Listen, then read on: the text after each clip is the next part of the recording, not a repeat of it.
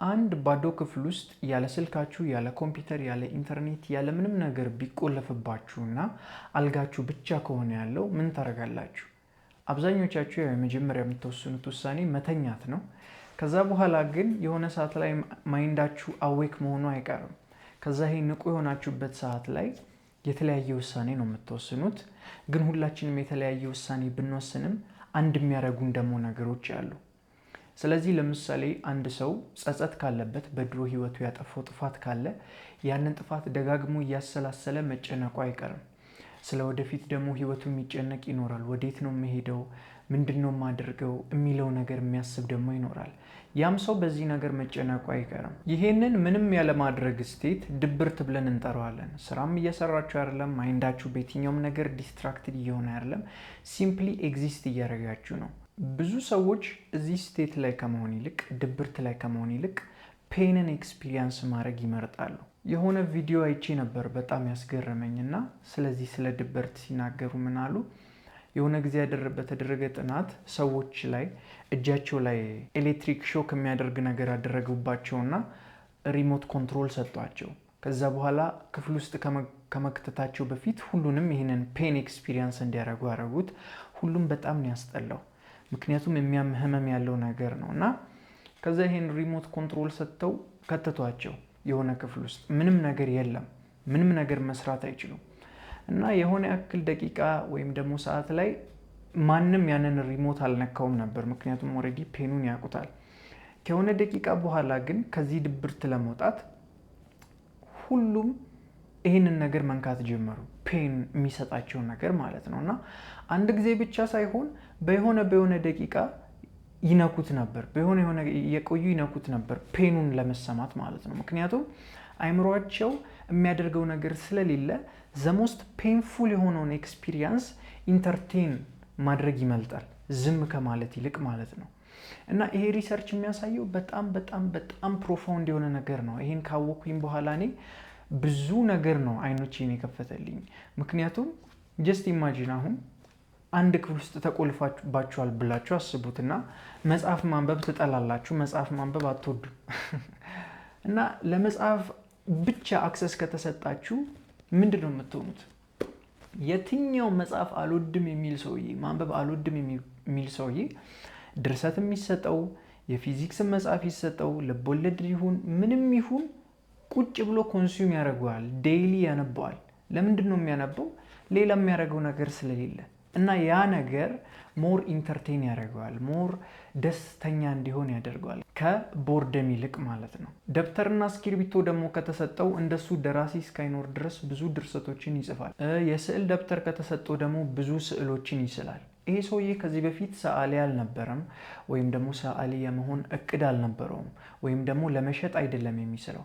የሚጽፈውም ደራሲ ተብሎ ለመሸጥ ሳይሆን ሲምፕሊ ቦርደም የሚባለውን ነገር ኤክስፒሪየንስ ላለማድረግ እነዚህን ነገሮች ያደርጋል ማለት ነው። ስለዚህ አንድ ሰው ክሪኤቲቭ ካልሆነ ችግሩ ያለው ምን ጋር ነው? ስቴት ኦፍ ቢይንግ፣ ነገሮችን በቀን ውሎ ላይ በስራው ላይ በምኑ ላይ ማይንዱን ምን ያክል ዲስትራክትድ አድርጎታል ነው። ለዚህ ነው ክሪኤቲቪቲ ስቴት ኦፍ ቢይንግ ነው የምንለው። ለሆኑ ጥቂት ሰዎች የተሰጠ ስኪል ሳይሆን ስቴት ኦፍ ቢይንግ ነው። የትኛውም ሰው ሊኖርበት የሚችል ንቃት፣ ሊመላለስበት የሚችል ኮንሽስነስ ነው። ምክንያቱም የትኛውም ሰው ዲስትራክትድ መሆን ካቆመና ኪውሪየስ መሆን ከጀመረ፣ ኮንሽስ መሆን ከጀመረ፣ ዙሪያ ላይ ያለውን ነገር ማስተዋል ከጀመረ ክሪኤቲቭ የሚሆንበት አቅም አለው። እንዳልኳችሁ አንድ ሰውዬ ክፍል ውስጥ ተቆልፎበት እስራስና እስክሪብቶ ከሆነ ደብተር ጋር ከተሰጠው እንደርሱ ሰዓሊ አይኖርም። ብዙ ስዕሎችን መሳል ይጀምራል። ምክንያቱም ፉልፊል የሚያደርገው ወይም ደግሞ የሚያዝናናው ነገር ያ ነገር ይሆናል። ብዙ ነገሮችንም ማስተዋል ይጀምራል። እያሰበ መሳል ይጀምራል።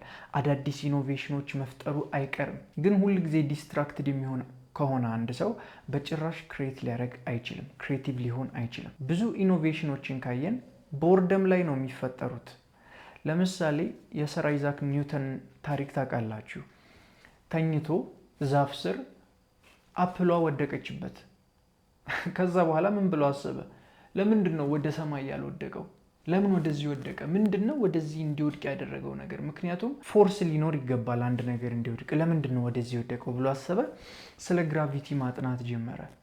ግን ዲስትራክትድ ሆኖ ቢሆን ወይም ደግሞ ሌላ ነገር ላይ ቦርደም ላይ ባይሆን ስክሮል እያደረገ ቢሆን ኖሮ አፕል ወደቀ። ኦኬ ይሄን ነገር የሚያስብበት ራሱ ኦፖርቹኒቲ አይምሮ አይፈቅድለትም። ካስተዋላችሁ ብዙ ጊዜ መብራት ሲጠፋ ሊሆን ይችላል ወይ ስልካችሁ ቻርጅ ላይ ሲሆን ብዙ ጥያቄ መጠየቅ ትጀምራላችሁ። እኔ ቤት ሁሌ እንደዛ ይሉኛል። የሆነ መብራት ከጠፋ ወይ ምናምን ብዙ ሀሳብ ነው የማመጣው። ወንድሞቼን አስቸግራቸዋለሁ እና ይሄ ነገር በጣም አስተውየዋለሁ። የሆነ ዲስትራክት የሚያደርጋችሁ ነገር ሲጠፋ የምትጠሉት ነገር ራሱ ለእናንተ ፕሌዥር ይሰጣችኋል። ሁልጊዜ ግን ስልካችሁ ላይ ከሆናችሁ ዲስትራክትድ ከሆናችሁ ስክሮል እያደረጋችሁ ከሆነ የምታሳልፉት መጽሐፍ ማንበብ ለእናንተ ስቲሙሌቲንግ ሊሆን አይችልም። ስዕል መሳል ለእናንተ ስቲሙሌቲንግ ሊሆን አይችልም። ምክንያቱም ሌላ ዝም ብሎ ባጫጭር ቪዲዮዎች በምናምን ዶፓሚን የሚሰጣችሁ ነገር አለ። ስለዚህ አእምሯችሁ ክሬቲቭ መሆን ስለማይችል ሳይሆን ክሬቲቭ ሊሆንበት የሚችለው ስቴት ኦፍ ቢንግ ላይ ልታደርሱት አትችሉ። ኢትስ ኢምፖሲብል። ቦርደም ላይ ስትሆኑ ነው ኪሪዮሲቲ የሚባለው ነገር የሚመጣው፣ ነገሮችን መጠየቅ የምትጀምሩት። ቅዱስ ያሬድ አሁን ስክሮል እያደረገ ቢሆን ኖሮ እያሳለፈ ያለው ያቺ ትንኝ ስንት ጊዜ ትውደቅ ስንት ጊዜ ትነሳ ምን ያስተውል ነበር? ሲጀመር እንደዚህ ነገር ራሱ የሚያይበት ኪሪዮሲቲም አይኖረውም ነበር። ቦርደም ላይ ግን ስትሆኑ ዙሪያችሁ ላይ ያለውን ነገር ማስተዋል ትጀምራላችሁ። ጋድ የሚሰጣችሁን ኢንስፓይሬሽኖች ኢኖቬት ለማድረግ አይምሯችሁ ማሰብ ይጀምራል።